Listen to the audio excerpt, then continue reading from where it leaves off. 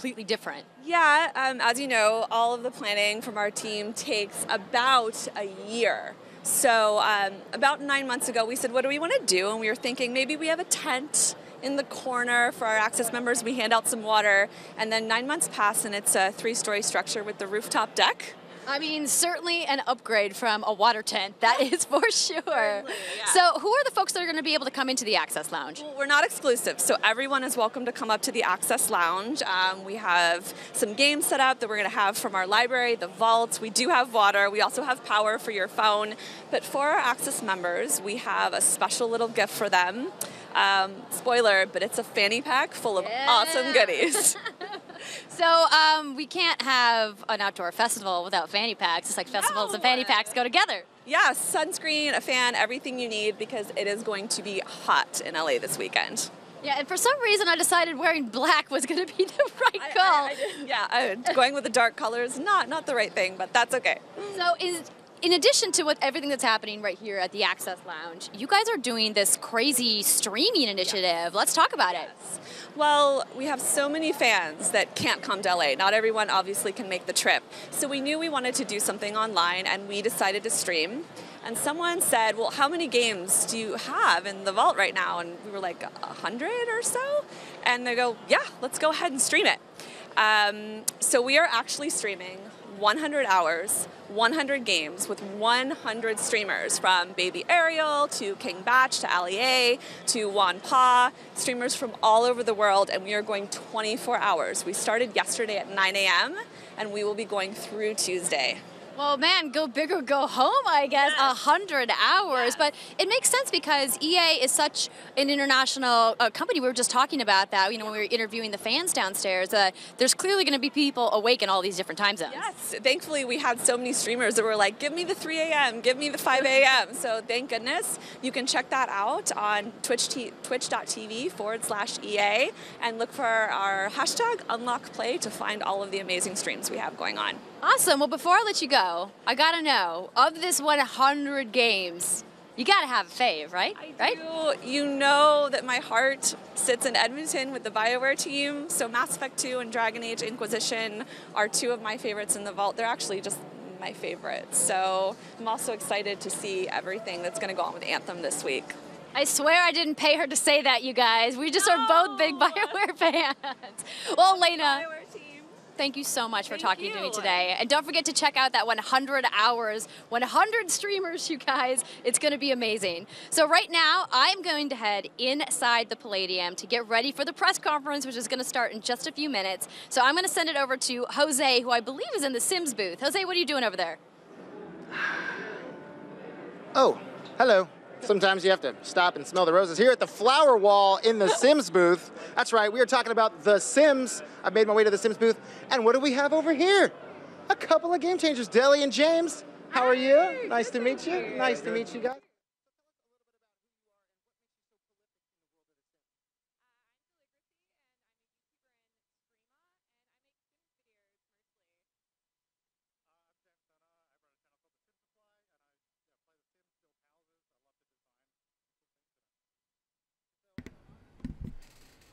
And like Jesus, I was born.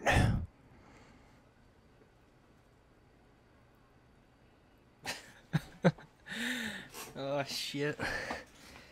I just had to mute these fucking bitches, man. No one gives a shit. Let's actually get the volume back up. It's going down in the world of The Sims. Oh yeah. That's of course. So tell me a little bit about the aspect of adding something like seasons. I mean, what does that do to the overall world within The Sims? Because there's been tons of expansions for The Sims, but how is seasons, do you think, going to change things? Well, I mean, it's a live simulation game, so it So obviously we are watching EA so today. much more exciting and real, and you just get into the game so much more. So yeah. I mean, one of the big aspects as well is adding in a lot of holidays now as well, and customizable holidays. So you theme them around the seasons itself. So you have the winter holidays and the summer ones. You have a lot of different parties that you can now throw. Can you add some overcast to today? Could you do that in The Sims to make it a little cloudier? Shut the fuck up. What I'm here for right now is Battlefield. That's literally funnily Only enough, thing it I'm is here for. on the computers here, so you can play it if you're an No EA more, player. no more, just But that. not the real life weather. It's very true. And if you're not here and getting the chance to play it, they're streaming 100 hours of EA games, and that's going to be a part of it, so people can get a little sneak peek about what you see in Seasons. Possibly Seasons. I myself am streaming tomorrow with Lil Simsy, another big simmer, and baby Ariel. And I don't know if we're going to play Seasons, but we'll be playing some Sims content. So it's going to be fun. Trying to keep all the secrets for themselves. See, that's just how it is. If you could stream Seasons, you would, right? Oh, absolutely. It's gonna be 100%. sports. That's it. That's it. So what? That's got what you EA is into gonna The be, Sims? sports. What is it about The Sims that Some keeps you maybe coming some back for each and shitty every expansion? fucking Yeah, I mean, I've been playing Battlefront since the first Sims came apology. out. I think James as well. My dad brought it obviously, home one day, and I would Battlefield. just play it every chance I could. It's just like a creative outlet. They're gonna say, and "Oh it's so shit, much we fun. fucked up, guys. No Again, loot like, what is boxes. it about Don't that worry about world it." Of getting to No loot create your own boxes. world and create your own atmosphere. Now getting to create your own seasons and tweak that a little bit. How does that make you feel? Like, what keeps you coming back? It's the creativity for me. Like I've always growing up, I love building with Legos and all that kind of stuff. So being able to create your own world and craft it, tell the stories with The Sims the way you want to, and now being able to control the weather. I'm gonna be honest, I and like The just Sims. adding I really that do. into all that mix. I like The makes Sims, it but super exciting. It's just, It's just freedom to be able cringy to do what watching we it, want. like these people talk about The Sims. Sandbox You know? game, so you get sick of something, you knock it down, you start again. Like it never ends. Come on. So what's been your Look your at these favorite grown expansion ass so men far? playing fucking Ooh, Sims. that's a tough one. Yeah. Like, think oh, cats oh, and I'm dogs gonna was pretty design, cool 'cause you I'm got gonna to have design pets my and a girl new here. world, Gonna and get that a was nice top. Probably cats and dogs or city living. Not where you can live in, too, like, not too big apartment provocative, buildings not and too go to festivals. provocative. Yeah. Can't even say the word. For me, it would be get to work so far. 'cause Provocative. Able to run retail stores, so you can become an entrepreneur, sell whatever you want from the catalog. I always love that aspect of the game, being able to make my way in the world. He's like, I love playing games because, you know, I like the job part of it. I love getting to work with my Sims, putting those Sims to work. Lazy Sims just lying around. Well, now they get to lie Stupid around fucking and hopefully cunts. in the sun, maybe a little rain. Maybe you like lying around in the snow. Yeah. June 22nd. Snow angels. Oh, you can make snow angels. See, that's what I'm in for. How exciting is that? Wow, So June 22nd, they added you're going to get your weather. chance to make snow angels Oh. when the Sim Seasons expansion hits everywhere. Thank Maybe you guys maybe so the much. game should have Thank you. came with weather. And thank Maybe. you. Hopefully you guys have a great EA play. And now let's take a No, look but at that's how they exactly what I've make been talking more about with this money. trailer for The Sims season. DLCs. Like I had to get fucking pets in there. Oh.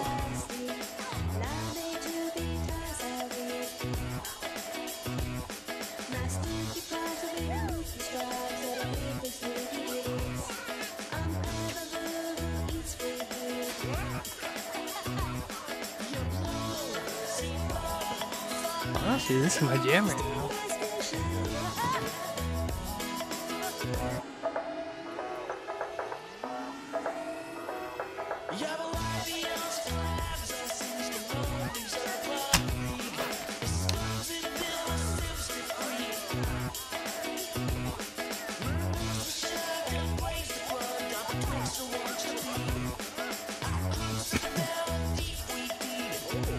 Ooh.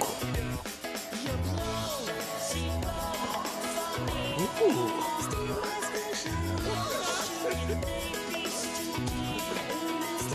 This is fucking dumb. That's what it is.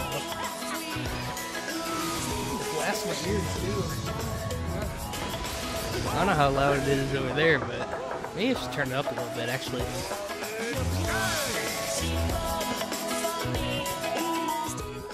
All that and more coming June 22nd to The Sims. But now, say you're interested in perhaps working in the games industry. That's what I do. I've been doing it for quite a long time, and I'd like to do more. Where I'd should like I to put learn my more. box? So that's why I found Shannon here to explain a little bit about how I could get a job in the games industry. First off, Shannon, how are you going to That's a little help bit me better. get a job in this industry that I love so much? Absolutely. Gaming industry opens up such a variety of opportunities and careers within this industry, and that's what I love about it. It doesn't matter if you want to be a developer, if you want to be finance, analyst, we have all types of opportunities for you, and that's what we're here for. I'm a recruiting team, is to partner with you, help you identify what skill sets align with your passions and career. Okay, guys, I need Now, to is that listen a to tough gig this. to be a recruiter for the video games industry? Because it seems like, I mean, lots of people love video games. 'Cause I assume a lot of people learned want to work in the games industry. To How do you actually find be a and pick developer, perfect you have to be spots good for at people? math. I always tell people network with who you know in the industry not and me. make sure you're engaging new people to learn from them as well. But for us, we actually just want to engage all talent. There's so many different types of skill sets and levels that we want to include into our industry. That's what makes it diverse, so we can have such great experiences for everybody. And as a recruiter, how cool is it for you to get to come to something like EA Play and see all these people who are passionate about video games and you might even be hiring someday? Oh, it's so exciting. The vibe here is great. It's just, I love knowing that we're surrounded by such creative people and passionate people about the industry. And it's just great to see that come into our culture and see what environments get pushed through all the other different teams. Now, you can be a recruiter for tons of things. There's tons of jobs out there. What is it about the games industry that is the perfect place to be recruiting for? I mean, because as I said earlier, you know, there's so many passionate people, but how different is it working within the games industry than it is with some of the other industries? It's such a fun environment to be in. That's the great thing. With all the different creative people that you're surrounded by, you can learn from every day. There's new technologies going on in the game industry. It's just an exciting environment, and that allows you to be an individual. We really embrace that within the culture. And what got you into this industry? I mean, again, tons of industries out there, but what is it about games that brought you into that world? I'm passionate about gaming. I love to game, and for me to be able to merge recruiting with gaming is a dream come true for me. So I encourage that to anybody. If you love gaming, get out there, go to EA Careers, check it out, see what we have for you to check to potentially just be involved with. Like I said, we have everything from recruiting, HR, finance, artists, designers, programmers. We love every type of skill set. So that's all we have to do is go to ea.com/careers? EA.com/careers. Check out our world, check out our locations across the globe. Shannon, thank you so much. I appreciate it. Have a great time. I'm going to have an awesome time, and that's just one job that you can get in the games industry, but perhaps playing video games is the job you want. That's right, playing the games. How about playing the games way before they even come out? EA has play testing available for you. That's right, you can be a gameplay tester. That means playing games months, sometimes years before they come out, and having the opportunity to help develop that game and make sure that it's the perfect game and the game you want it to be. Or maybe you live in the United States, Canada, Sweden, Australia, London. EA has studios in all those locations that make it super easy for you to go to. So if you just go to ea.com/playtesting, you can find the perfect career path for you in testing video games. It sounds so amazing. You don't live in those areas? There's something in there for you too. Why? Because Dude, you can just start the fucking constantly test conference. games from the comfort of your own home. You don't even need to leave the bed. You could just be hanging out in your jams, testing video games, giving your feedback, and helping how these video games are made. So once again, ea.com/playtesting. Go there, find out all the information. You'll make a couple clicks Still an here and amateur, there, boys. and you A too little can be bit of story. playtesting video games way before they come out and telling me what's coming out so I know all the secrets. Because who doesn't want to do that? I want to do that. Bro, So that's, again, I'm playtesting. only Go check it here out. for And now we're the going to head Battlefield. inside and see Hurry the fuck what up. Andrea's I don't doing. want to hear about I your think new she's- fucking I think she's FIFA. busy. Which She same looks a game little every too day, busy every for me. fucking year. But look at all those people. I don't want to Those hear people about in there your sitting fucking down, Madden, hanging out, and I don't getting want to ready hear for the about show. your EA Play NBA. is only a few minutes away. And that is what's I was happening about to say MLB, inside the but that's Palladium. PlayStation. But I want to learn a little bit more about Strictly the Palladium PlayStation, itself. not EA. And that's why I found my man Dylan right here. Dylan, How you doing? how you doing, brother? All right. Tell me about the Palladium. What is it about this venue that makes it so special and keeps EA coming back for each EA Play? So the Palladium opened in 1940. The opening night, Frank Sinatra was an opener Not on the bill. a smoker. And since Not then, even the closer? Not there for Old the Blue big Eyes was puffs. the opener? For the big opening. clouds. Nope. So since then, about everyone's played here. Rolling about Stones, the taste, Nirvana, you know? Prince, Elton John, lately Jay-Z, Justin Timberlake, Dave That's fucking Chappelle nasty. Just filmed a licking special up. here. So about everything in between. And then last year, EA came in for the first time, transformed the parking lot, the venue, blew it up even more this year. And so now we have this festival here with gaming, music. It's a great time. And so, what is it about EA Play that excites you the most? I just like the transformation of the venue. We take over the whole block, close down streets. There's thousands of people that come through, have a good time. They have A-list talent that come and play concerts at night. It's a really good time. Awesome. Well, thank you so much, Dylan. I appreciate it. Thank you. That's a little bit about the Palladium. And now, let's head inside and check out the show. Fucking finally. Fun Zone. She told me to rap. I was rapping. We're still going. We're not rapping. Fucking Christ. We're still. I was lied to. Welcome to the Family Fun Zone, my friends. This is where you can get all your real racing action on. It may be a mobile game, but say perhaps you'd like to play a game He lied in to a us. race chair with a steering wheel. There are 4 stages. Look at this guy's jumping the stage. He's like, I'm ready. I'm jumping in live. No pressure, but the camera's on. There's a ball pit over here. There's food over here. We're going inside. Let's head inside and check out the show. We're starting. Okay, guys. I have been up for 24 hours straight now. I've been eating Tylenol like candy. Not really, but finally here. Fuck.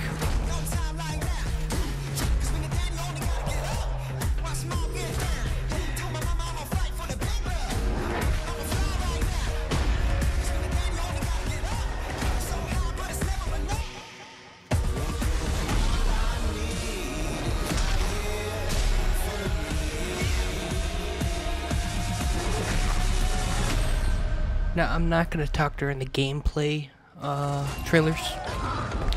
Don't want to ruin your experience, and I don't want to ruin mine. I don't want to ruin mine.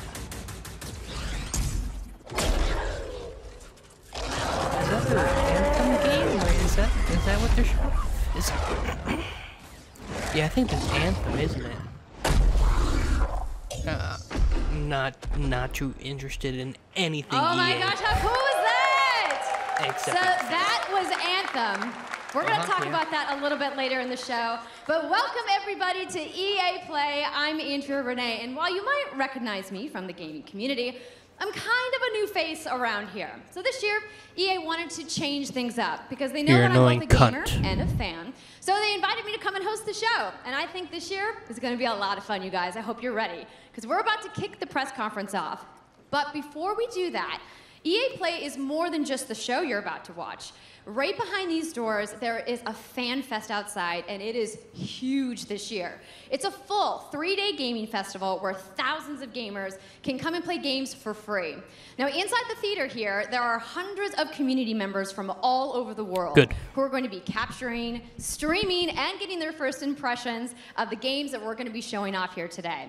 But before we can get to that, we've got some reveals, of course. We're going to kick things off with a look at Battlefield 5 multiplayer. Now, I know Trevor Noah gave you the first look. Yeah, we can clap it up. What? Really? Last month, but we've got some new stuff to show you Start today. off with that first. Then we're going to move on to FIFA 19, and boy, do they have some big news, you guys. Any World Cup fans? You guys excited? Yeah, it's going to be awesome. Then we've got 2 new indie games to share, and then I'm going to come back towards the end of the show with some of my favorite developers to give you guys a nice, meaty look at Anthem. And of course, yeah, we got the woos for Anthem. I'm into it. You want to do this with me? Boo. What the fuck? Well, wouldn't it be fun, you guys, if I told you all the secrets at once, right? Well, give him a break. He needs to I just don't like enjoy the secrets. show. So without further ado, let's get things started. Okay, let's see what we got for Battlefield here, man. I'm super excited. World War II, man. I feel like they're gonna blow it out of the park. They're gonna at least do better than fucking COD at this point, man.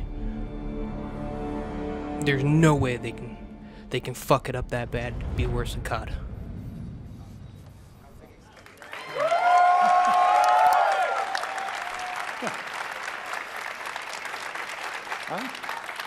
Right, it's time to kick this thing off. It's been 2 weeks since the reveal of Battlefield 5. And you know what? It's been exciting, there's been a lot of speculation, and so many brilliant remixes of a reveal trailer. But there's also been lots and lots of questions from the community. And we've heard you want to see more gameplay innovations. You want to know how customization actually works, and you want to know more about our take on the Second World War. So today, we'll show you more gameplay and why this is the deepest and most immersive battlefield. Because I totally want to play as a fucking lesbian Chinese handicapped woman in the Russian army. Yep. Where previously defenses were stationary, You will now be able to move these weapons around on the battlefield and gain advantages. And our renowned destruction system is back and more impactful than ever. So, well, you can't really hide from those pesky tanks anymore as they come chasing it for you, as they rip through those look buildings. at that. They're fucking that shit up. You will now be able to customize your soldiers, your vehicles, and your weapons, not only for the gameplay, but for the looks, as part of our portrayal of the Second World War. My lesbian Chinese handicapped woman in the Russian army. We're going to see a lot more of our new gameplay systems here at EA Play from our community. So let's talk about our single player in War Stories. Yes, let's do that. So we want to tell you about those untold stories that got us excited to start with on this game. It's about, what you will see is really those moments of human heroism. It is about witnessing the war through the eyes of the men and the women who shaped the world forever. Real and relatable people facing the brutality of war.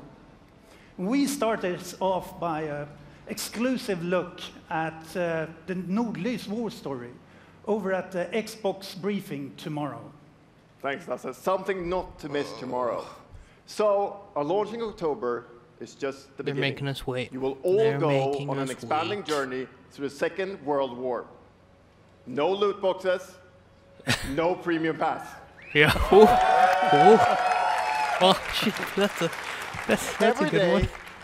We'll bring good something start, new. man. Good start. And as part of that journey, after launch, you'll get something I know a lot of you have been asking for. Mm-hmm. What have we been asking for? It's Royale. No. No. I have not been asking for that. Reimagined for Battlefield. So we bring those pillars of Battlefield with destruction, team play, vehicles into this new experience. So we will bring you experience that you haven't played before in Battlefield or anywhere else. No. But more about that later this year. So with that, it's man, time to show you what makes Battlefield so special. It's the unmatched intensity of our multiplayer sandbox. Sick and fucking tired of Battle Royale time, at this point, it's man. even more epic, fighting it's across dead. multiple maps and modes. Ninja. Welcome to your next Battlefield experience, and this is your first look at ground operations. And this time, even featuring music.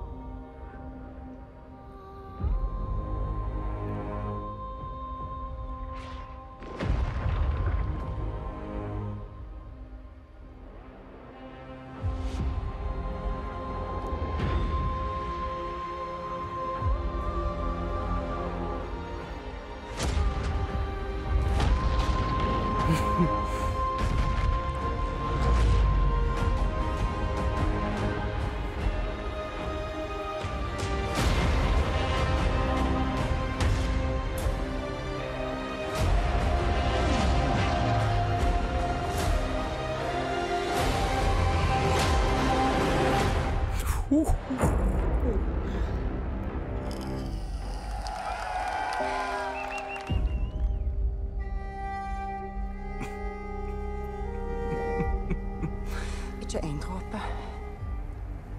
Jeg elsker deg. Sus!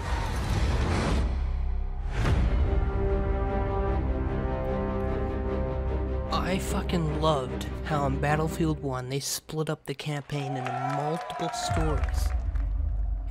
I fucking loved it. Oh, now we're back to FIFA, aren't we? Quando eu era criança, sempre sonhei em tornar-me campeão. Straight to fucking FIFA. Sports. E vontade de vencer. Até mesmo nos momentos mais difíceis, tu tens de continuar a acreditar. Well, there goes my enjoyment for the rest of the conference, guys. So, te mostrares ao mundo. I think we'll end it right here. Tu és Let's be honest, campeão. man. It's sports for the rest of the fucking for the conference, and then it's gonna be a little bit of Sims and a little bit of fucking whatever the fuck they have there at the end of the conference. Their fucking robot game.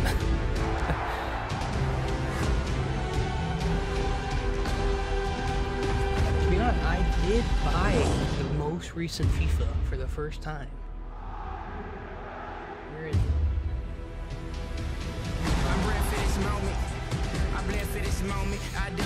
I have a stack of games holding up my camera, and my FIFA 18 is part of that stack.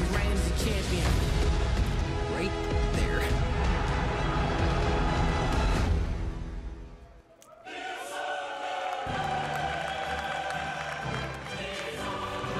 They got a professional football player in here now, right? Or soccer player.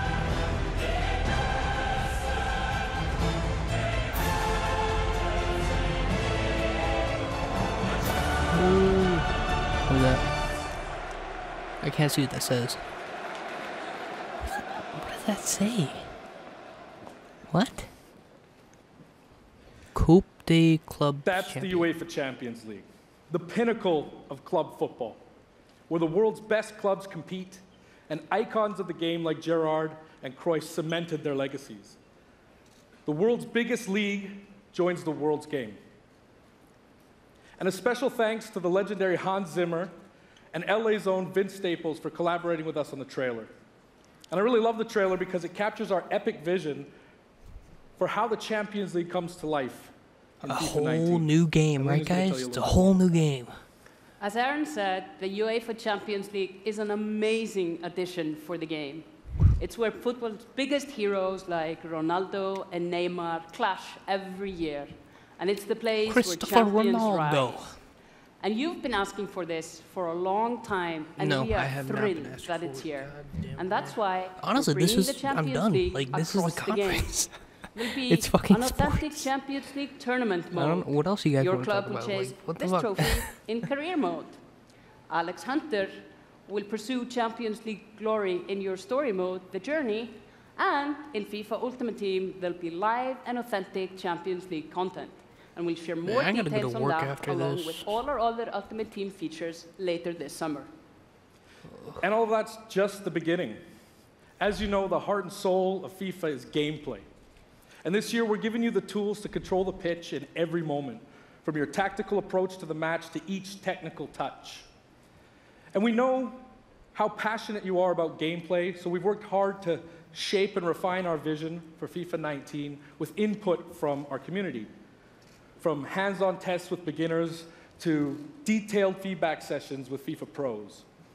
And we're going to be sharing a lot more about gameplay throughout the summer, but what I can tell you right now is that the quality bar in gameplay was raised yet again this year.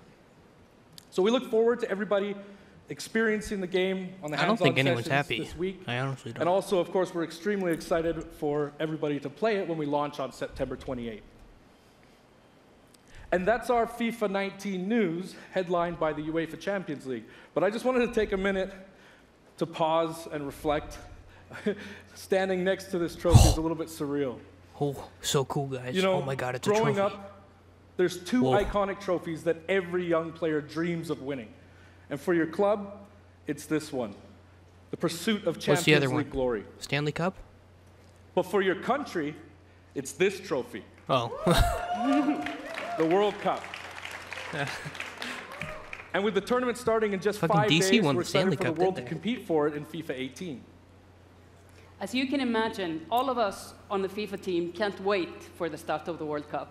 And we want to celebrate with FIFA 18 players, which is why we've just updated the game with a free World Cup experience on PlayStation 4, Xbox One, PS, PC, and Nintendo Switch.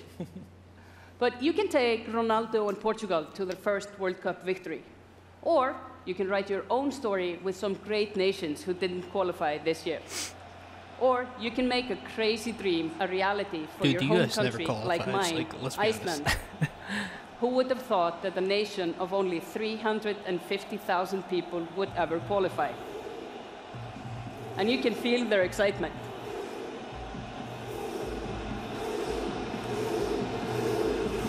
Like, the US is notoriously shit at soccer, like, honestly. apologies to any England fans in the room. That might still sting. And Lena isn't the only one who's excited. FIFA 18 players are loving the World Cup experience so far. But we don't want to stop there. We want to invite everyone to come and join the celebration. So I'm pleased to announce that for a limited time, FIFA 18 complete with the entire World Cup experience is available for a free trial on PlayStation 4 and Xbox One and on PC through Origin Access. Yeah, you can download and play the entire game right now for free. Yeah.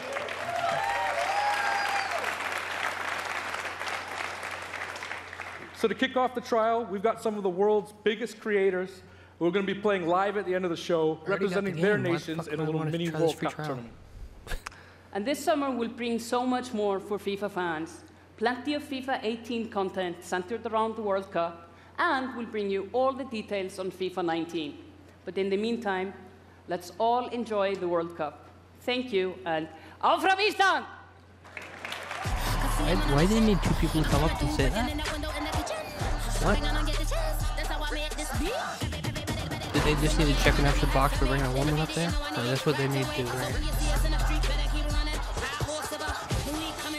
It is the big day, on the biggest stage, at the World Cup. Christopher Ronaldo. Good morning. EA Sports, FIFA 19. You know, the FIFA community never rests. 20 million people from 60 countries playing in competitive leagues this year. Well, the FIFA team never rests either, bringing the Champions League and the World Cup and so much other greatness to FIFA this year. CEO, we can't wait man. for you to experience CEO's it all. up here. We've got so much to do here today, but I want to welcome you to EA Play. It's our third EA Play and our second one in Hollywood, and we couldn't be more excited to have you with us to share all the games that we have to show you. We've got lots to do, but before we move on, I'd like to share just a couple of things. The greatest disruption to the consumption of entertainment media in the last 5 years is the combination of streaming plus subscription. As consumers, watching movies, watching TV, listening to music, reading books has never been easier. And we believe that disruption is going to have a profound impact on our industry in the next few years. And so over the last couple of weeks, you will have seen that we announced a new team from Israel has joined Electronic Arts to help our investment to extend our thinking and extend our Palestinians aren't going to like into this that. cloud gaming world. For many people, that's going to mean extending the experiences they already play on our partner platforms. Not like the Palestinians are playing fucking games anyways. Too many fucking blown people up. Platforms. But for everyone, it's going to mean playing games anywhere, anytime. So this week we've got a tech demo running. All of our games streaming in HD from the cloud to multiple devices that you'll be able to try out for yourselves. Now it's not quite ready for full market prime time yet, but it is a promise of what we hope to bring you in the future. The second part of that, of course, is subscription. And we started subscription a number of years ago, and many millions of you have signed up and experienced the joy of being able to have full access to a great catalog of games. Today, we're announcing Origin Access Premier. So 3 things you need to know about it. Origin Access Premier will bring you all of our new PC games, starting with Madden NFL, back on the PC for the first time in over a decade. Then FIFA 19, Battlefield 5, and of course Anthem. And there'll be many more titles in the years to come. Yeah. Second, you get access to the Vault, our library of over 100 games from EA and other publishers. And third, it will launch later this summer. So that's a little later in the year, but if you want to get started right now and experience the benefits and joys of subscription, come in and play a free trial of Origin Access, our base subscription, this weekend. No. Thank you and have a great show. I won't.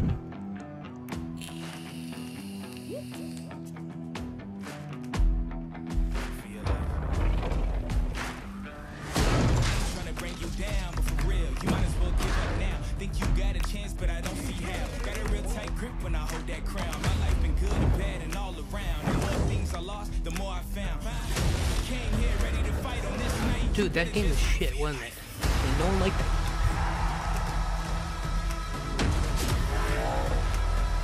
I'm all for fucking indie games, let's be honest with you, but like, no one liked that fucking game.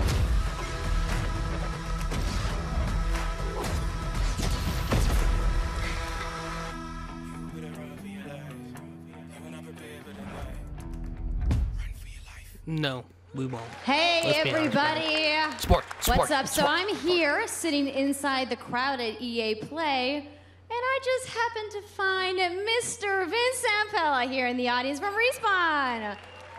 I don't know What's who going this guy on, is. Vince? How you feeling today? I'm feeling great. I love this stuff. I love seeing new games. I mean, someone's super excited about that man on PC, right? Yeah. So, you guys may have seen that Vince was tweeting yesterday, No. and there has been a bunch of speculation. So, you want to just get right to it? Sure. I mean, we're not ready to show all of our stuff yet. Of course. We're working on a bunch of stuff. It's amazing. The teams are kicking ass. But we wanted to bring a little tidbit. So Don't we've been believe it till working I with see it. Lucas on getting the name and kind of the setting for what our Star Wars game is going to be, and we're going to talk about it right now. Oh, you guys got any guesses? I bet you the internet is going wild right now. I hope so. So the Star Wars name is Jedi Fallen Order. Woo! So Star Wars Jedi Fallen Order. Yeah, so it kind of gives you some idea that you'll be playing a Jedi. That just So left a does bad that mean I taste in get to my like mouth. hold a lightsaber? Yes. So Vince, you got anything else? Well, it takes place during the Dark Times. Trying to be a little vague here, but when the Jedis are being hunted, so it's going to be spectacular. So for all the hardcore nerds out there who want to know like where in the timeline, like between which episodes is it? Between 3 and 4. Okay, all right, between 3 and 4. That sounds like a nice time. You got any other tidbits? It's not a nice... It's a dark time. It's a dark time. Bad time. Does that mean it's gonna just be all dark and serious? It's amazing. All right, so I think people are now I hate this anxiously bitch. want to know, like, when can we play the game? It will be holiday of next year, 2019, not this year. Then why are you fucking sorry to telling dash any us? hope. Why? Yeah. But now that we know, we can set No one cares about your expectations. We're all stupid going to fucking be Star Wars amped game up, if we're not gonna and be able to see it this hopefully year. we'll hear more from No, you maybe man. maybe we next need year. to see some fucking gameplay. We need to see some Vince. fucking shit, man. It was great to see Oh, you. yeah, Thanks we for got stopping Star by the Wars show games in the today. works. We do I have can't a little tell bit you more jack news shit. on I can't Star tell you Wars, jack so I'm going shit. to toss it over to Dennis. Maybe next year. Why the fuck are you telling us that? Fuck, man. Hello there. My name is Dennis. I work at DICE in Stockholm on Star Wars Battlefront 2. I'm really happy and excited to be here today, so thank you so much for hanging out with me for a little bit. So we launched our game in November of last year, and clearly we didn't get it quite right. So instead of coming out of the gate sprinting like we really wanted to, we had to take a step back and make told you, sure a that half-ass we were delivering apology. the game that our players really wanted. So we decided to completely overhaul our progression system and add a bunch of new character cosmetics for players It's to collect too late. instead. It's too So from late. there, we added a new hunt mode inspired by the original Battlefront games that I loved personally, starting with the Ewoks on Endor. And thank you. It turned out to be by far the most popular update of the game, and the team loved building Ewok Hunt. So, as you might know, we're currently is becoming a in chore. our Han Solo season becoming with a content fucking chore. from the movie coming next week. It's headlined by the new planet Kessel, a really you don't dangerous have place, fucking Harrison Ford and as it Han features the Solo, I'm return going to of kill one of you. our favorite modes, Extraction. So looking forward a little bit, this summer we will be introducing a new squad system to the game, which will allow you to team up much easier and play with your friends. We're also adding a new Starfighter mode focused around dogfighting with your hero ships. And looking ahead a little bit more, we will also be delivering a new large-scale multiplayer sandbox experience focused around capturing command posts and attacking and taking out capital ships. But that's not all. We know that you have been asking for new heroes, villains, and planets from a certain era that features a very iconic Star Wars conflict. So I'm excited to confirm that Battlefront 2 this year will be going deep into the Clone Wars. I like the Clone Wars. That is literally my favorite part we begin on the planet of the Star Wars featuring series. multiple levels, including the largest level we have ever built for Battlefront. So let's talk about the heroes and villains. First, let me introduce the most powerful droid, the leader of the most powerful droid army in the galaxy, General Grievous. Yes. And yes, he will be going up against my own personal favorite, Jedi Master Obi-Wan Kenobi. Finally making his debut in Battlefront after all these years. But we're not done. That's not it. They will not come alone. Joining them is the Dark Lord and leader of the Separatist Alliance, Count Dooku, as well as someone to bring balance to the Force, Obi-Wan's unruly Padawan, Anakin Skywalker. The team at home is extremely excited to be building all of these cool things. EA and DICE are committed to Battlefront. We had a rough start, but I really think that this game has a bright future. Thank you very much for playing the game, providing us with your feedback, talking to us. Together, we will make this the greatest game that we can possibly build. There would be no Battlefront without you. So thank you, may the Force be with you, and enjoy the rest of E3. Thanks.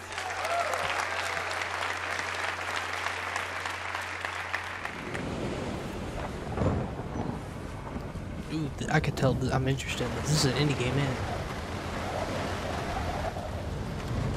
Oh, it's a fucking Yarny guy. Dude, that was so sweet, like, last time, man. The little French dude walking around with the fucking Yarny dude. Like, at E3. Holy shit. Too bad no one bought it the game.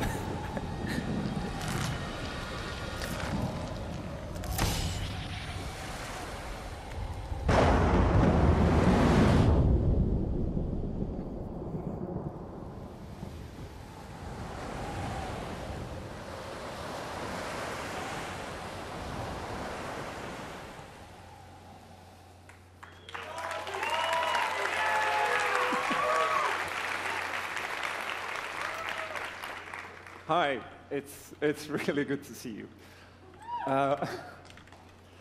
In Unravel, we used yarn to symbolize love and the bonds between people.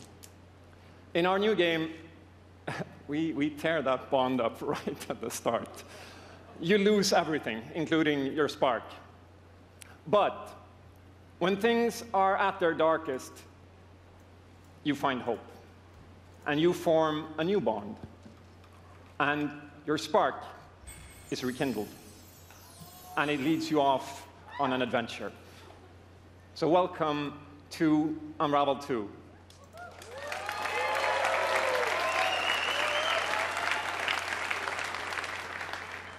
It's a game about fresh starts and second chances. These two little souls who refuse to give up and who build something new and beautiful together. Why don't you have the Yarny? And the whole game is inspired by that spirit of optimism and togetherness. You see, it's all made to be played with two characters. You can play it alone, or you can play it in co-op with a friend, but there's always two characters there, sharing one yarn and working together to get through this adventure. This game, it's quite different from the first. It's both friendlier and more challenging, but above all, it's a lot more playful. And we think it's a worthy successor. And I want to show it to you now, so I brought some help. So please welcome Michael to the stage. He's a producer at Coldwood. Ooh, Michael. And we're going to try to show you a little bit of what I'm talking about how you can play the game in co-op with yourself, essentially.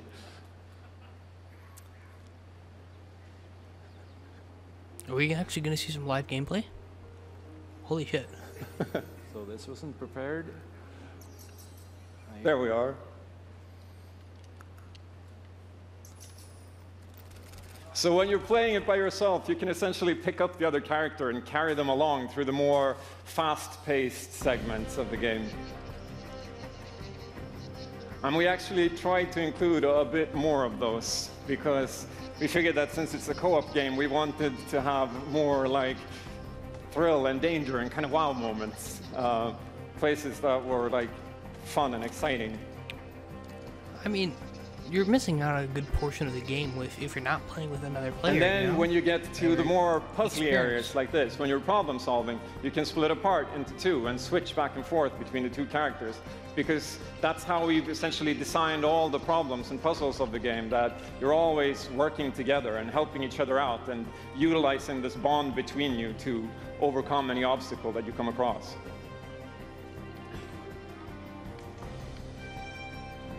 So I guess I'll jump in at this point. Yeah, come join me. So I'm going to be the red one. Okay. You'll be the blue one. I'll be blue. Oh, you can just jump in just like that. Wow, that's pretty Little cool. I mean, I'm not gonna celebratory play this flip. game, but I like seeing these little indie games. I really do. And the bird is back. Small developers. Man, that pesky fucking turkey. Okay, playing it safely now. Oops. I'll swing. All right. Ooh. Nice. And I'll catch you. There you go. Dude, man, that swing fucking now? turkey Okay, needs to you fuck go ahead. off. Holy shit. So here it goes. Oh. Okay, this is the scary part. Let's see if we can do it. I mean, it's cool that they have Got live it? games. Oh, very nice. Oh, faster. Watch that turkey not even be able to get him. Well done. It's like just a background. Okay, I'll go up and distract the grouse. You can. I'll sneak up here.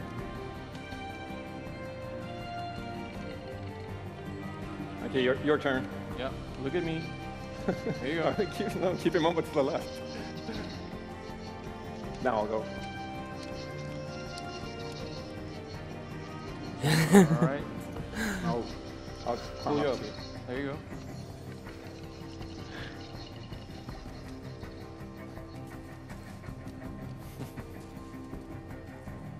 Now we can breathe again. Yeah, finally. Or can we? Why the fuck does the turkey even want yarn? So that's a quick little look at Unravel 2. It's cool to get my gameplay. I don't know who the fuck bought their first game, Yeah, who the fuck thought it was I a good really idea to hope make you their like second it. game, but And let me see how much Unravel's before I going go, for. I just want to send some love to the team back home, because working on this game has been a completely amazing team effort on so many levels, and everybody has worked so hard. So there's a bunch of us from Coldwood here, and thank you to those, and thank you to everybody back home, and thank you. Love you.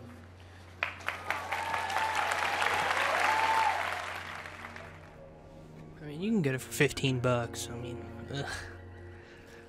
I might pay like $5 for a game like that, but.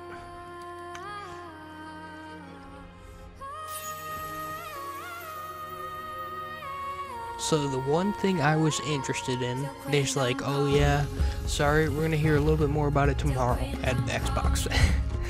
So it looks like Xbox got a little deal with fucking who the devs of Battlefield these days, man. Fuck that.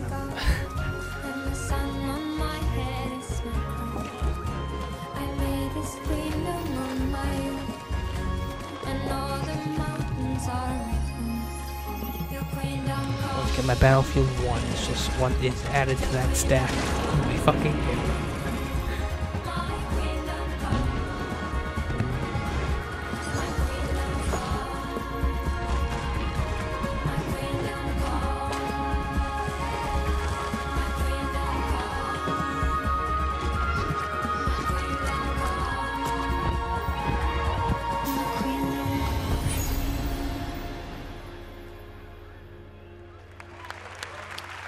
thank you, Martin, and the brilliant team at Coldwood. The game is really strong.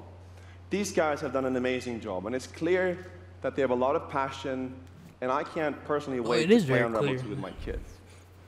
But what's even more amazing is that we will make Unravel 2 available to everyone today. Yep, you heard that right. You'll be able to take these two Yarnies on their next big adventure starting today. The game is finished, it's out. I mean, that's a nice little surprise. Once again, I'm not going to buy it. So thank you, Martin, and thank you to the team game. at Coldwood. Back in 2015, we started on this journey with the original Unravel to seek out the most creative independent developers and bring them into our EA Originals program. It's been our way of helping these creators bring their unique games to the world and to tell their stories. And last year, if you remember, Joseph Fares was up here on stage representing his team at Hazelight and The Way Out. Ooh, man, I just finished Let's Play. And you might even remember 10 out of him 10 from the Game idea. Awards as well. I think I did. Anyhow, in March, that game caught fire. It's innovative, it's fun, yes, and it's something fresh and new. And you all Holy love shit, it. don't tell me there's a sequel. We saw over Please. 2 million players in the first 2 weeks. It And A was Way a Out is such a fucking huge 10 success out of that 10 Joseph game. and his team are Holy shit, expanding I and loved moving it. into a new studio. So stories like this drive our industry, and it's why we will continue to work with independent developers. You're to not help saying them anything more realize about their Way Out, dreams. man? No DLC? Which leads us to our next EA Originals title from a little game studio in Berlin called Joe My Games. Okay, so you When I say a met little bit this about team Way and Out, I but you saw don't the game, fucking... I was instantly drawn to how personal this story was.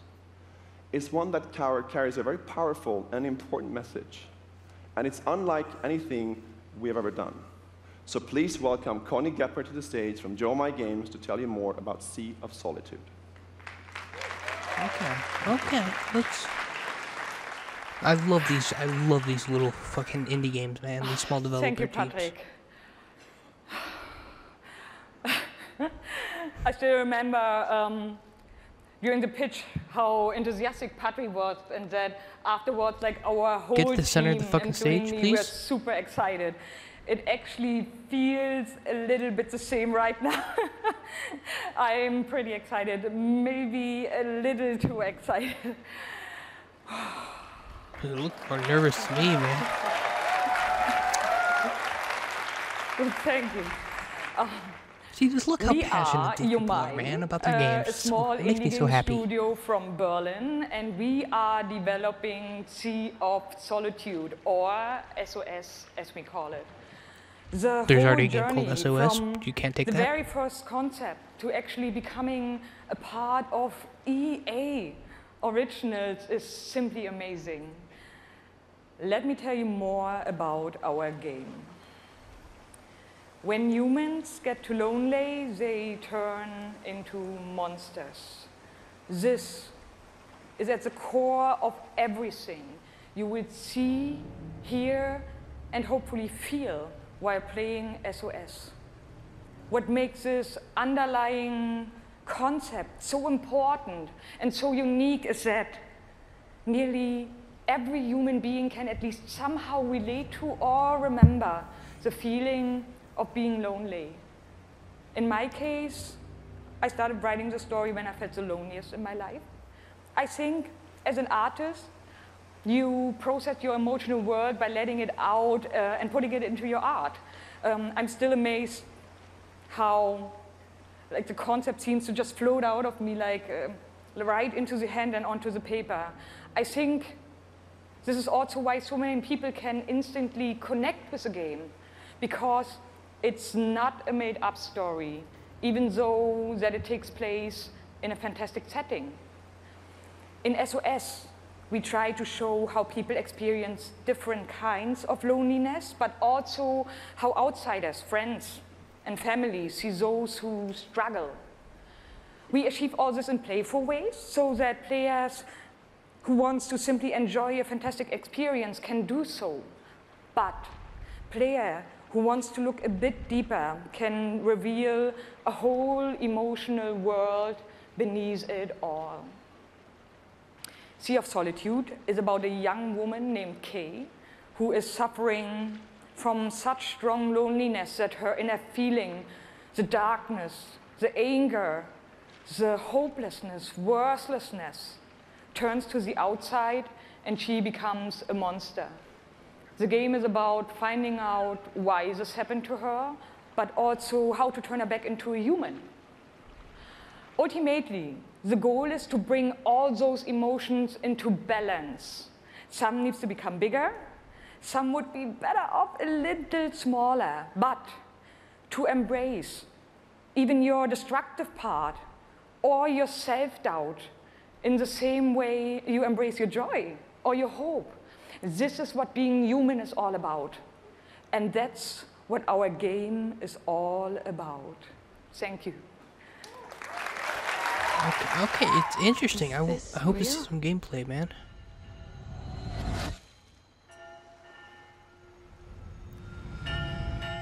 This world that I live in is empty and cold. The loneliness cuts me and tortures my soul. I'm no child of destiny and no fortune's son. I've just chased you so long now, I'm too weak to run. A new day is here, but nothing is new. Alone in my room, I tremble for you. I mean, we saw a little bit of gameplay. Yeah, small claps. I mean, it's interesting. I might. Yeah. It said 2019 on it, so. But I'm not the only one. Yeah, let's go. Sport. We can shut you down, and we can put you on an island. Crossover. Gather. Gang. And we're balling. Be ready. Because we're coming at you with the squad. Say it how you want. Trust the process. Run as one. Call next. Or be the answer. As long as you hold your course. I'm just not interested. Like, it's the same game every fucking year. Just remember though, wherever you call home, whatever your fit, or however you ball, you're on my court. I'm the one. And this is my squad.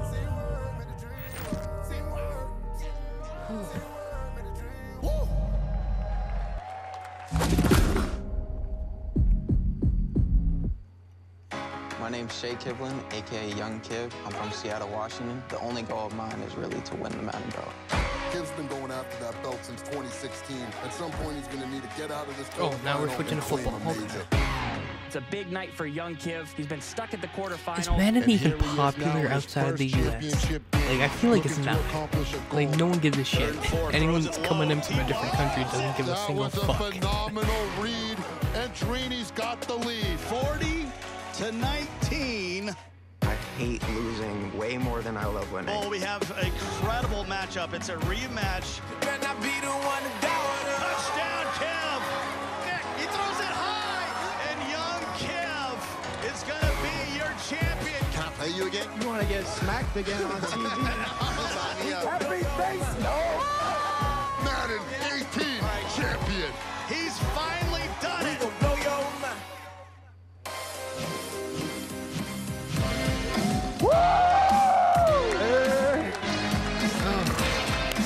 Get ready for the cringe, guys.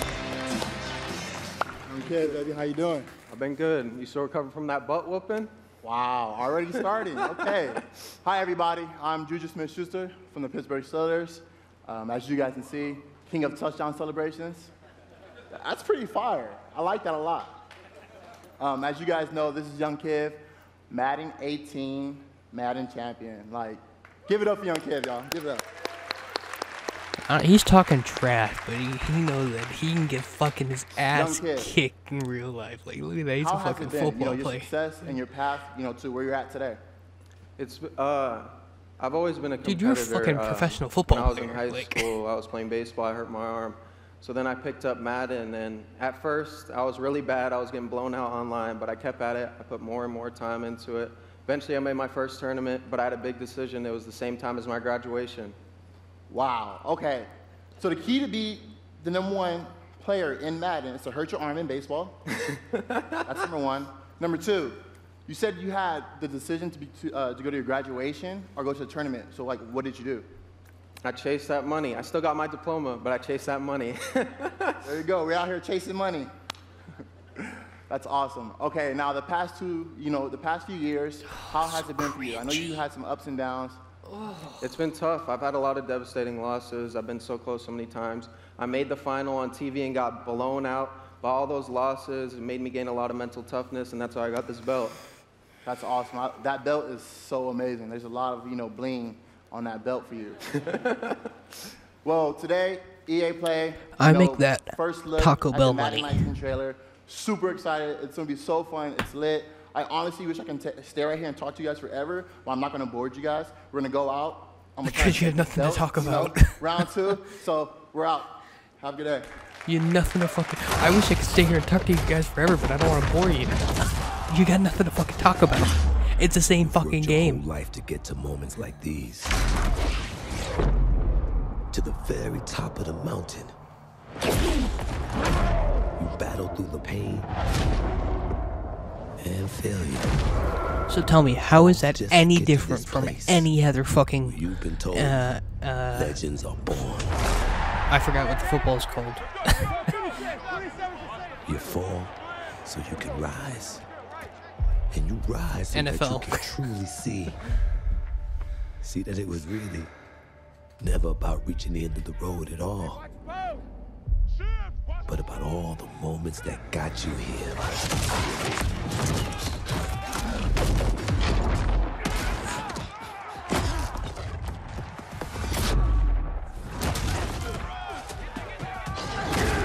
So, if you were in their position, would you let the moment define you? Or will you define the moment?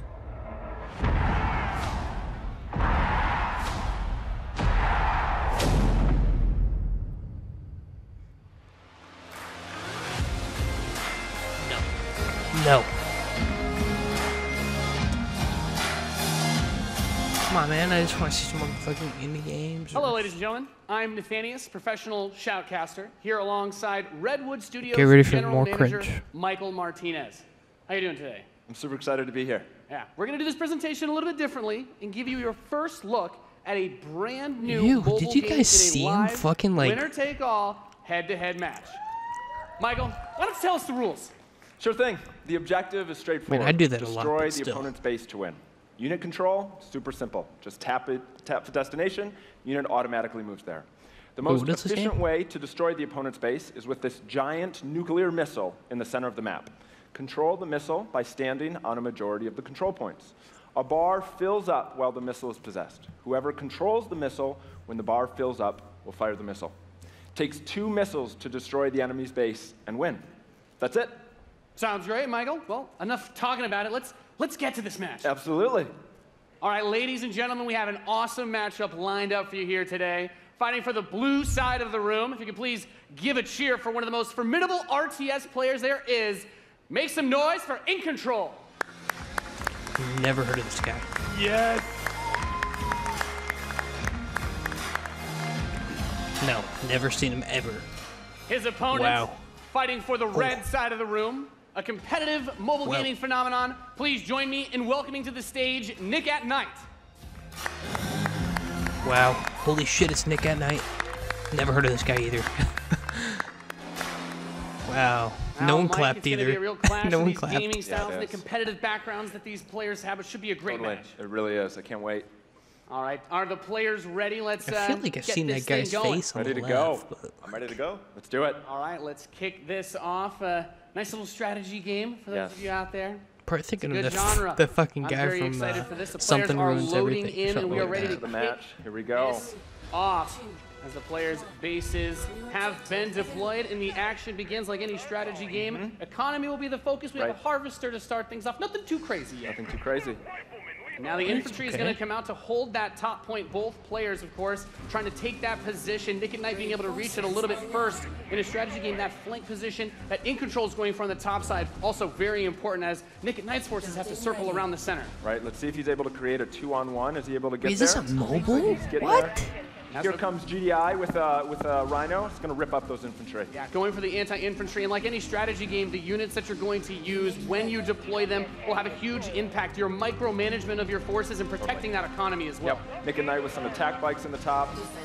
There he is. And In Control placing the turret on the top right side to help cover that Rhino as attack bikes move towards the northwest position. We can see that the missile is beginning to ready and firing that. That takes out half your base. The most important objective on the map is to hold those control zones. Right, and In Control making a lot of progress to that far right side of the match.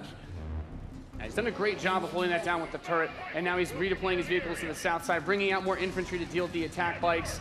And as the economy ramps up, of course, we're seeing bigger and more powerful units come out. We have there the drill pod coming in the left side to help flank those flamethrowers. Right, absolutely. Again, those are going to tear through those infantry. I never even played Halo Wars 2. Control brings out his first tank. That's going to be used to try and help push back these smaller forces as he makes his way to the south side. That missile passing halfway now. Both two zones in control of Nick at Night. He will have the missiles. We see it starts to point towards In Control's base. Let's see if In Control can get around to that top corner, able to halt that missile. Why are you showing the camera? Why are you showing him fucking click buttons on his phone? No one wants to see that. Of those units is another big factor for this strategy. Holding those locations is so crucial as In Control begins to secure the northwest spot. Another tank's going to come out from Nick at Night to take it out, but now he's bringing out the Pipple as well to help lock down that north position. This missile is very, very close to firing. Let's see what's going to happen. With another turret, In Control flanks, he takes the top, that missile, and that fires off. Wow. And Nick at Night, one shot away from being knocked out here, as the next one will start to ready up in just a moment's time. In Control's very heavy artillery force has been doing a great job at taking control of the map. Yep. And we can see as more of Nick at Night's forces move up towards that north position, those harvesters, of course, very crucial, very important to protect those. As your economy allows you to get these big late game units. The units are going to come out a bit more slowly as you get more of them on the field. But In Control is just spreading his forces out, trying to hold this advantage that he's had so far. Nick at Night is trying to get in there, but there's a great turret placement from In Control, blocking and just ripping through again those infantry.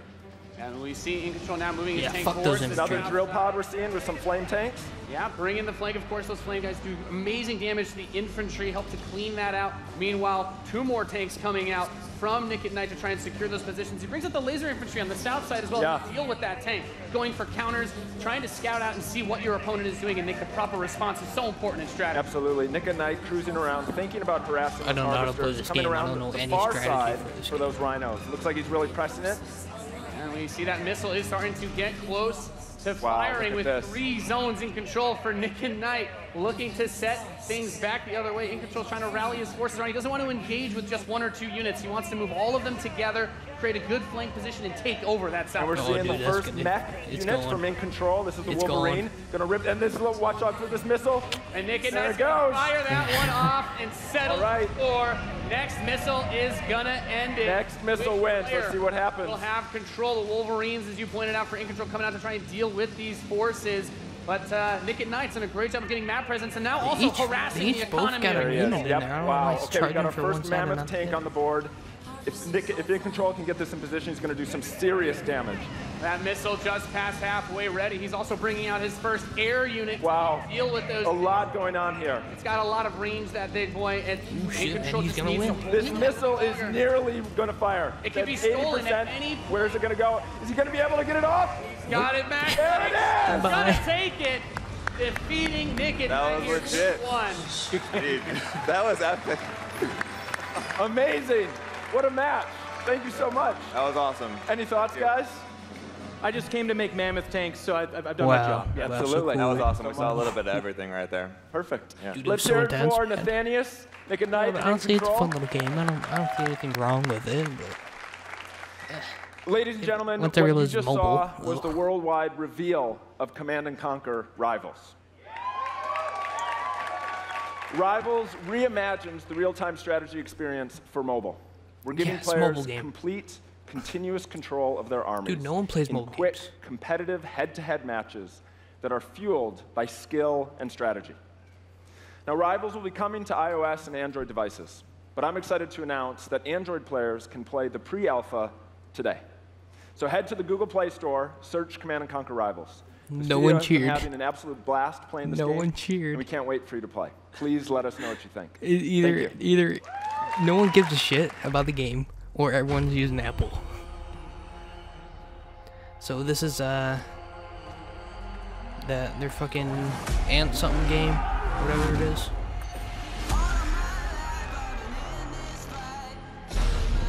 Keep forgetting the name of the game. Their little robot game they've been working on. Is that it? No, this is not their robot game. Oh, it's like a cinematic view of the fucking mobile game that we just saw, making it so much cooler than it actually is. Whoa! Sending hundreds of men to their death.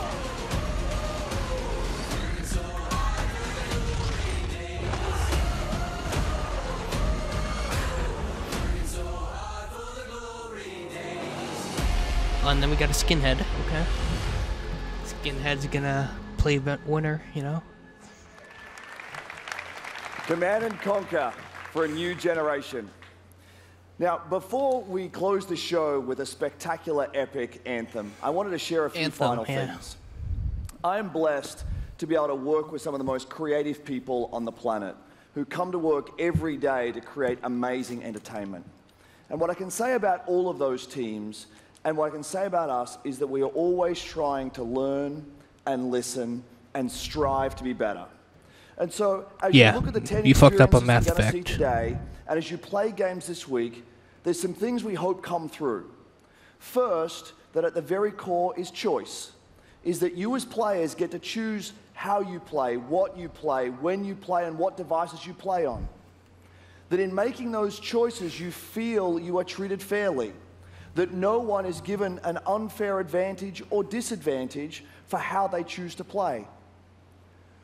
That for every moment that you invest, we know that you put so much of your life into the games we make, and that for every moment that you invest, you feel like you are rewarded and you are given value for that investment. And most importantly, that the games are fun, that we move past the grind, and that these are experiences that truly enhance your lives. And so, as we think through all the things that we're trying to do, know that we want to be better and that we want to make great games. And that as much as we love making games and as much as you love playing them, there's something that is even greater that we can do together. The power of this community when we come together to do amazing things is profound. Last weekend was the 3rd year of our Play to Give program, where we show the world how the power of play can be a positive force for social impact. Millions of you out there participated in 9 in-game challenges in our games, logging millions of hours in support of Play to Give. And to celebrate that, we contributed a total of $1 million to 3 charities that share our vision for a more inclusive world. A world where representation and equality are not something we strive for, they are the standards. And where bullying and exclusion are not an everyday thread. These 3 organizations, the United Nations He for She, PACE's National Bullying Prevention Center, and Ditch the Label, an anti-bullying organization, all are doing great work, and we're proud to support them through Play to Give. And thank you for your support. Thousands of us at EA and millions of you together doing immeasurable good because we love games. Thanks for being with us, and thanks for the incredible privilege of making games for all of you. Don't force it. Just let it happen. Now, without further ado, let's take a look at Anthem. Okay, man. Oh, this better be fucking good, or else this fucking EA is just a complete fucking shitfest. And left our world in chaos. Creating. Altering. Destroying. The anthem is all that remains.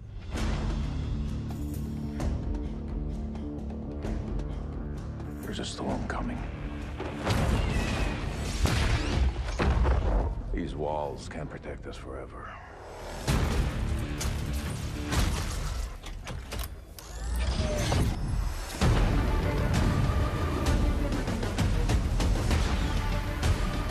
Not too impressed so far. I want to see gameplay, please. Something is out there. It wants to destroy us all.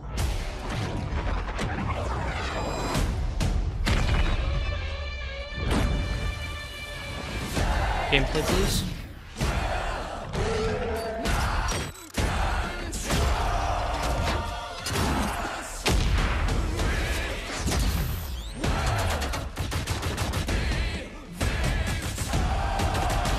Gameplay, please. We're not seeing any gameplay. Those fucking cinematics.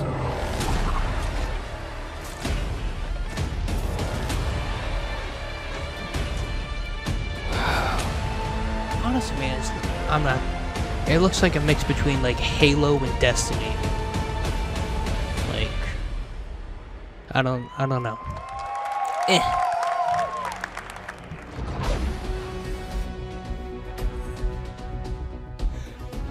Gameplay? Gameplay? Dude, you're gonna give me a seizure. Like, what? So no gameplay. How cool was that trailer? You guys have seen it a couple times. It's still cool every time I see it. So I know all of you, like me, have had tons of questions about Anthem since last year. Dude, I got so many questions. BioWare fans. Like, where's the gameplay? We're gonna do something a little bit different for the rest of the show, and we're gonna take a deep dive into Anthem. So I'm gonna bring up some members of the BioWare team to chat with us. Ladies and gentlemen, please give a warm welcome to Casey Hudson, Mark Dara, and Kathleen Rutzart.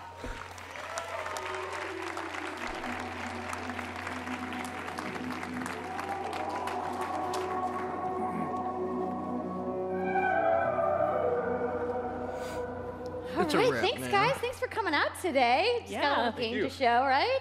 Yep. It's going to be very exciting. So Casey, we're going to go ahead and just jump right in and get started with you. So now we know that you all started, or Casey, you started your career at BioWare way back in the day, but you took a couple years off. But before you came back, you actually worked on Anthem before you left. Yeah, that's right. So, you know, first of all, it's amazing to be back. It's awesome to be making games for BioWare fans. You know, we have the best fans, so it's been super satisfying to come back to it. And, you know, I just want to be able to continue the legacy of the studio. And that's kind of where it started with Anthem, is just thinking about, you know, what is the evolution of a BioWare game? And we wanted to create a brand new world for people to discover, you know, a whole new world of story and character. But we also wanted to do something that was, you know, more of a dynamic and living world, a game that would change every time you came back and played it. We also wanted to do something where, you know, if you wanted to invite your friends into it, then you could do that as well.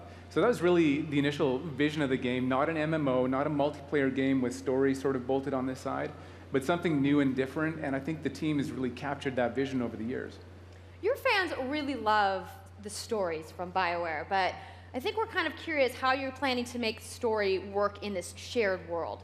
So a great story for BioWare is really about characters that you can have a connection with, choices you get to make, and feeling like the story is about you. In a lot of multiplayer games, those things get diluted because you're mixing multiplayer and storytelling into the same areas. Now, you can build a solution to that, but you have to really build it into the core of the game. And that's what we've tried to do with Anthem. It's what we call our world, my story. So when you're out in the open world, oh, come on, man. The world is really dangerous, and you're focused on your mission. And this is where other players get to play with you. The thing that's really interesting about this, it's unique so it's like the Division? For Anthem, is that this is a living shared world. So whether there's weather or it's nighttime, what we're experiencing together. Everyone that's playing Anthem at a moment is seeing the same thing. And this is what we mean when we talk about our world. It's a shared world that we all experience together. But then when I finish my mission, I come back to a base like Fort Tarsus. And this is a single player experience. I turn in my rewards, I talk to some characters, I experience the choices of my action. And this is where your story really lives and breathes. And by doing it this way, we're able to combine that impact and agency of a single-player story with the fun of teaming up with your friends to play co-op in combat. I mean, that's okay, and we're also I guess, designing it so that we can add story for years to come. So one of the first things that we hear when, from our community is they want to continue to play in our worlds. When they've finished Mass Effect or Dragon Age, players want more story. And so we've designed Anthem in a way that we can actually add more story for years to come. And it could be anything. A new moment with a character that you've grown to love, or an event in the world that deepens the lore, or an entirely new storyline and plot. Well, I'm certainly not going to complain about more story. I don't think anybody out there is going to either. So Kathleen, I wanted to ask you, from a writing perspective, since you are the lead writer, can you speak to what it's like to create a new world like Anthem from the beginning? Well, what's really exciting for us, and not just the writers, but all of the devs, the designers, the artists, is that we're creating something new and mysterious for players to discover. So at the heart of the premise of Anthem is a world left unfinished by the gods. But the gods left behind their massive tools, and those tools are in constant conflict Jesus with Christ this himself. unknowable force So, called the Anthem of Creation. I would know And I the didn't leave this chaos world of unfinished. those things pushing against each other means that the world is constantly being reshaped in new and unpredictable ways. They're gonna make this game violent fucking storms, religious now? mutated creatures, gigantic monsters. It's a dangerous environment that you need to wear a suit of powered armor, a javelin, to be safe in. Now, something I think a lot of players out there No. maybe don't stop to think about is just how much work goes into creating a new intellectual property, or IP, as we've been saying. Now, we've seen all these different creatures, and Mark, you mentioned the storms. What's the process of creating a game like from scratch? Yeah, it's something we've done a few times at BioWare. And then really the hardest part is getting started, just kind of getting off the blank page. So what we try to do is we think about the new experiences that we're trying to unlock for players. So like, what is the fantasy fulfillment? What are the new things you actually get to go and do that are different from what you've played before? So that's where we start. And then once we think about those things, that's the power of creating new IP, especially for games, is that you actually get to build a whole fictional universe that's meant to bring out a certain experience. And then once we do that, then we still need to build all the rest of the stuff. And what unlocks us creatively is to think about like principles around art style, tone, and even the technology and the politics of our new world. And then from there, we can actually go and build out every last detail. Yeah, and one of the unique challenges for Anthem is that it's a world, an experience that's meant to feel alive, like it's happening right now. Man, it's thundering and so outside. the world is Goddamn. always changing, whether the storms, seasons, and yeah, it's a really great concept to write for, because what it means is it gives us the opportunity to drop into the world, almost in real time, a dramatic event that changes the world for everyone. And that could be anything from gameplay to lore. I mean, all of the moving parts in the dynamic world sound really cool, the way that they sound like they're going to come together. But even though there's obviously a lot going on, it really all comes back to your character.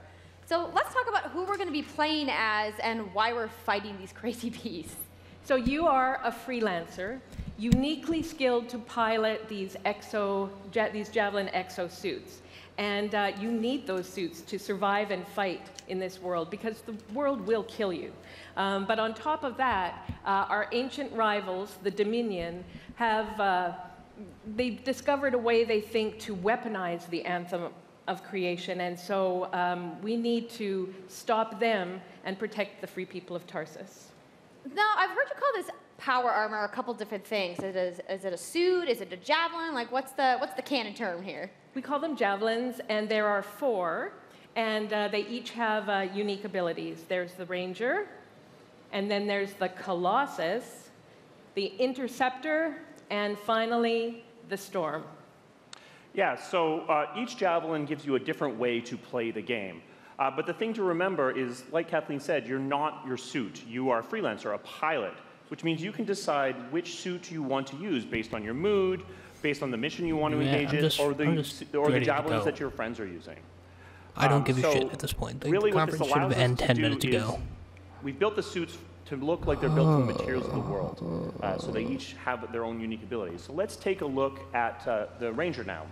The Ranger is a more generalized suit, able to do a lot of different things, really designed for up-close and personal combat, one-on-one for the most part. I'm done, man. Colossus is heavier, more specialized, but able to really pack in big weapons that let them devastate the battlefield. I'm just going to say the Storm looks like it's going to be my favorite. I'm sure you guys out there are picking your faves right now, too. So the Javelins look awesome, but we're going to take a couple questions right now. So Casey tweeted, some of you may have seen, asking for people out there to send us your questions. And the first one is going to be from @It'sSweetNicole, who asks, as a player who is all about making their character their own, what kind of customization options will be available in Anthem?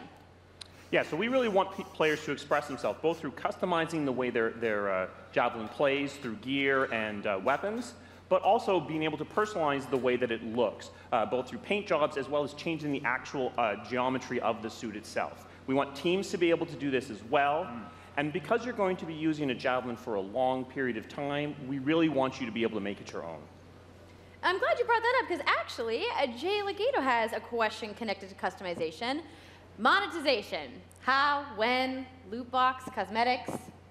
Yeah, so we are going to have some cosmetics and vanity items that you'll be able to purchase, but you're always going to know what you're going to buy before you spend any money on it. So no loot boxes, no ability to pay for power. Yay. So that means no ability to spend money on gameplay advantage at all within Anthem. But even more important than that, we want to make sure that Anthem is an immersive experience that feels like it's complete from the get-go. So that means a main story, a big open world, and an ongoing service to provide new content for a long period of time. New story, new experiences for everyone. Well, I'm glad to hear that I can make my Javelin pink. That's really all I wanted to know, I'm going to be honest. All right, Casey. We talked earlier about actually, you can't make it experience. pink. So can you tell me a little bit about how the team gameplay in Anthem is going to work? Yeah, it really is about the fun of teaming up as a team of superheroes and working together. So you want to get a few people together of different classes. So I think here we're going to see the Colossus, just hammering people on the ground in gameplay. If we can have a look at that. So heavy artillery, being really strong, in melee combat. And then here you've got the Ranger shooting down from above, and then they're using combos and special abilities and stuff like that. But what I love is you don't just run around, you're swimming and flying as well. So it's interesting because the Slate Tones wants to know, how will you balance multiplayer with single-player storytelling? So Anthem's really built around trying to combine the impact of having your own personal story with the fun of playing with other players. But we really want to make sure that that playing with other people feels like a choice. So for people that want honestly, to I'm just not interested in this fucking game. You're going to be able to do really. that. Now, going out into an open world like this game where by yourself is going to be a little bit more challenging than if a team of 4 people. And we've really tried to balance the co-op experience to be fun, even for people that don't normally engage in this kind of thing. So I really hope that everyone at least gives co-op a try. Okay, that's good to know. If you want to roll solo, you can, but it's just going to be a little bit more difficult. Well, I know you all are on the edges of your seats. How about we show a little gameplay? Yeah? You guys want that? All right, so Kathleen, I think you're going to set this up for us? I will. So, you and your friends have decided to play a mission called Scars and Villainy. The Scars have put together an acid-based super weapon, so you got to take them out. So you start in the Strider, which is like a giant walker, and it's your forward base of operations. You have a conversation with your crew, Halleck, Faye, and Owen, and you'll hear Owen. He's going to talk us through the mission as we experience it here. And yeah, then you just get into your Javelin suit and you head out with your friends. All right. Well, thank you so much, Mark, Casey, Kathleen, for talking to me about Anthem today. We're going to go ahead and roll the gameplay now. Enjoy, everybody. We sat through 13 minutes of that. No joke.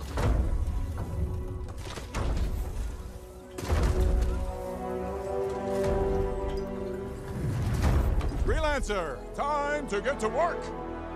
Faye said these bastards made some kind of acid. They're using it as a weapon. So, Find where they're making this garbage and shut it all down.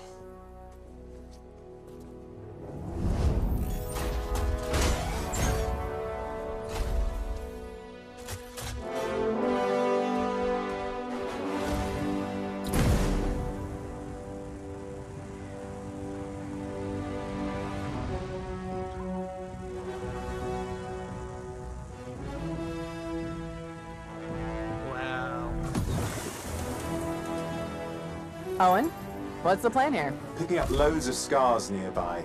Take a look around the area, but be careful. I mean, it's an okay looking game, like, but it's just a Destiny remake, let's be honest here. Like, there's nothing special about this, like, gameplay at all. Right. Checking out the Scar Camp some more. I'm personally not a fan of, like, third-person Look at shooters. all the weapons! Like, and the turrets! That could be Better it. move quickly.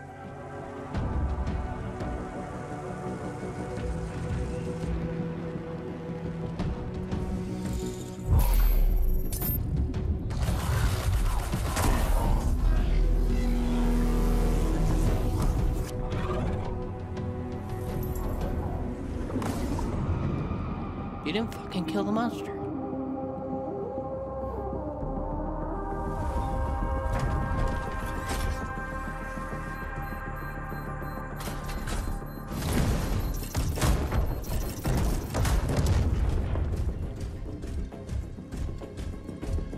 Okay, that beeping kind of scared me a little bit.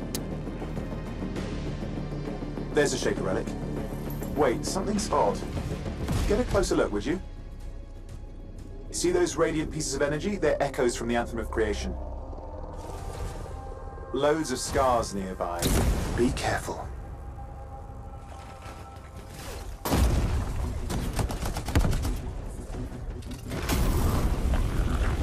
Literally Halo or Destiny. Like, isn't this the Halo combat sim? This is literally Halo 5 combat. Like, no joke. Return them to the relic. You've got to silence it fast.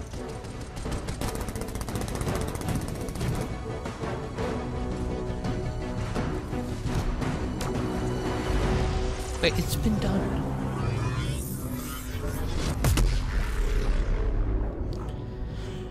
It's gone silent. Disaster averted. Do you think we get a bonus for... Wait, something's happening. What the hell was that? I think that was whatever laid all the eggs around here. The sound came from below your position.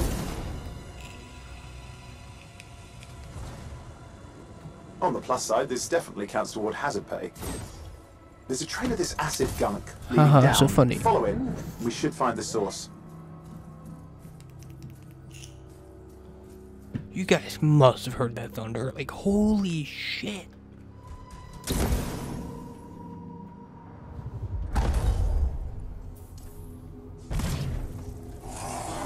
Hopefully it'll deteriorate, what do you call it? I don't know. Hey, hopefully less people will come to talk about them. Dude, so cool. Okay, so we are on an alien planet shooting aliens in a robotic suit. Done before. Done before. How cool was that? I'm so hyped, you guys. Look, no one's clapping. Yep, and that was actually just a short version of the full demo that we brought here to LA. So if you want to come by the Anthem Theater here at EA Play, you can check out the game live. So I'm sure the question on everyone's minds, when do we get to play? So Anthem comes out February 22nd, 2019 on Xbox One, PlayStation 4, and PC. So mark your calendars, everybody. Fire off your tweets. Thank you so much again to Casey and the entire BioWare team. I know you guys have that awesome theater outside, so I will see you guys there. All right. They would have won me over a little bit if they got it this year, but they're just so fucking far behind. I also want to give a big thank you to all of the developers who showcased their games today and everybody working hard at their studios back home around the world. Let's give them all a round of applause. Now, some of what you saw today, you guys have to wait to play. But you guys, EA has so much available right now. Now, for those of you keeping score, you can get your free trial of FIFA 18's World Cup today. And Andrew told you about the free trial of Origin They're marketing Access. a game Yarny is back with for a the buddy previous in Unravel players, 2, which is also right? available today. So you would assume they Plus, already you can have the take on your fucking friends game in Command and Conquer Rivals of the starting today of your previous well. game, right? Now, that's a Why you? lot of available Holy stuff shit! that's out today. You can is get anybody ready to go home you and can download get anything? your the No? previous game for free. You're like, I just want to go outside into the fan fest. While you wait for the new game, so, that's the same I exact want to let same. you guys know to keep your streams going because in just a few moments, the FIFA 18 World Cup live tournament is going to begin. I'm going to head outside we're and check leaving. out the games, but I'm I want done. to thank everybody for coming down to EA Play today and watching the press conference, and have a great weekend.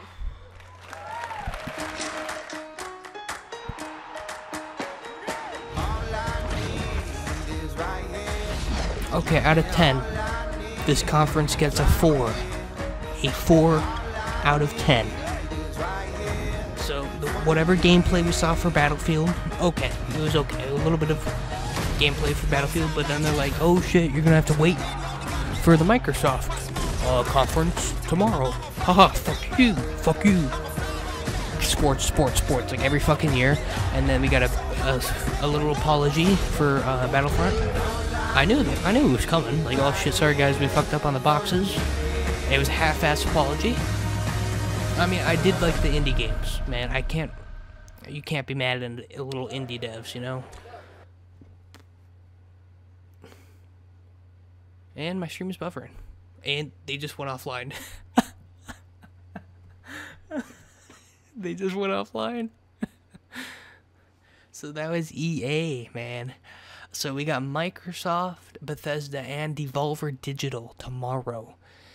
I mean, I definitely am not going to be streaming fully from Microsoft to Bethesda, but I'm definitely might Bethesda to Devolver. I might be able to stream that hour and a half there between the two. Like, everyone's just fucking pissed, man. But honestly, just nothing to look at. Nothing. It was sports. Their stupid fucking Anthem game that we're not going to see next year. We're going to see next year. We have to wait a whole another year for that. They didn't have anything. Jack shit. What the fuck have they been working on? We got Yarny. That's it. We got Yarny. Okay, guys. Whatever. I'm just. And we didn't get to see any Sims. But I definitely wanted to see some more of the fucking spring pack or whatever the fuck they were, the season pack. Darn it, you know, dang. Shoot. Yeah, we're done. Honestly, I have been awake for 25 going on 26 hours right now straight. Keep in mind I have to go to work, and by the time I get off work I'll be up for 35 hours straight. So I mean, even if I fall asleep, I'm worried that if I fall asleep right when I get home from work, I won't even be up for Microsoft at 1. That's 1 p.m. What is that 1 p.m. my time? This is 1 p.m. Okay. It's 4 p.m. East my time. Okay, so I'll definitely be up for that, probably. But they didn't have anything. Okay, so what are we looking for Microsoft? Halo. They said there'd be some Battlefield. Holy shit. So Halo, Battlefield, and I don't know, maybe some exclusives. There's definitely gonna be some indie games, man. I fucking love seeing whatever Microsoft comes up. Whatever Microsoft, they get their little studios, their little developers there, man, and whew. And then Bethesda, obviously Fallout 76. And then they're probably gonna pull some shit online. Skyrim Online and some stupid fucking card games, you know? Devolver, I have no idea what Devolver's gonna be doing. Everyone's joking around saying, "Oh shit, there's gonna be a Hotline Miami 3 there," but no. Honestly, Devolver don't really do much. Right? Square Enix, no idea what Square Enix is gonna do. I'd like to see a little bit of Life is Strange, but I doubt it. Cause yeah, Square Enix is doing Life is Strange 2, right? Yeah, they should be. Then Ubisoft, I don't know, they're probably gonna announce their new fucking Assassin's Creed, whatever. We're not gonna see PC gaming show, and then we got Sony. Sony just all about the exclusives. Anything exclusive. Death Stranding there. Like, we still have no idea what the fuck that is, and I don't even think I'm gonna be watching fucking Nintendo, man. There's nothing there for me. There's nothing there. I have a Wii. I have a Wii from 2011, 2010, something like that. I don't even know where it is. Oh shit. Don't tell me I lost my Wii. Well, it's probably sitting in my closet somewhere, but that's it. I gotta go to work in an hour and 20 minutes, so we're gonna end it right here. Hopefully I'll be able to live stream these rest of these conferences and shit, so.